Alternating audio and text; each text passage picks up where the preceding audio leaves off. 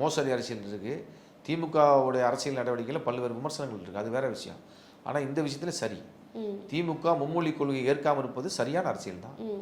அந்த அரசியல் செய்யலைன்னா திமுகவே இருக்க முடியாதியா? என்ன பேசிட்டு இருக்க நீ? மக்கள் இங்கே வந்து மும்மொழி கொள்கை இந்தி அப்படின்றது இங்கே நடக்கவே நடக்காது. அது சாதாரண விஷயம் இல்லைங்க.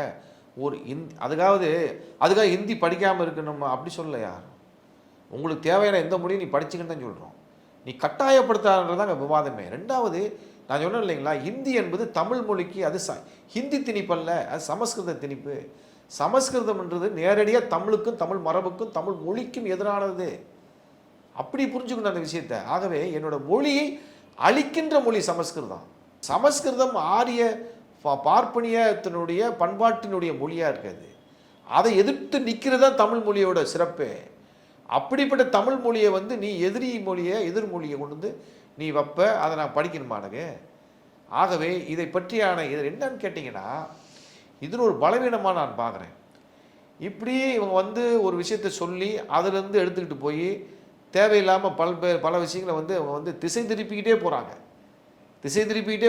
ஏன் போகிறாள்ல, அப்போ போகிறாள்ல, இப்போ போகிறாள்ல, ஏன் அதை செய்கிற எதுக்கு நீ அதெல்லாம் பேசுகிறேன்னு கேட்குறேன். இப்போ திசை திருப்பி கொண்டே போய் வந்து அதை வந்து தப்பாக வந்து மக்கள் மத்தியில் வந்து அவங்க திணிக்கிறாங்க, கையெழுத்து இயக்கம் நடத்துகிறாங்க.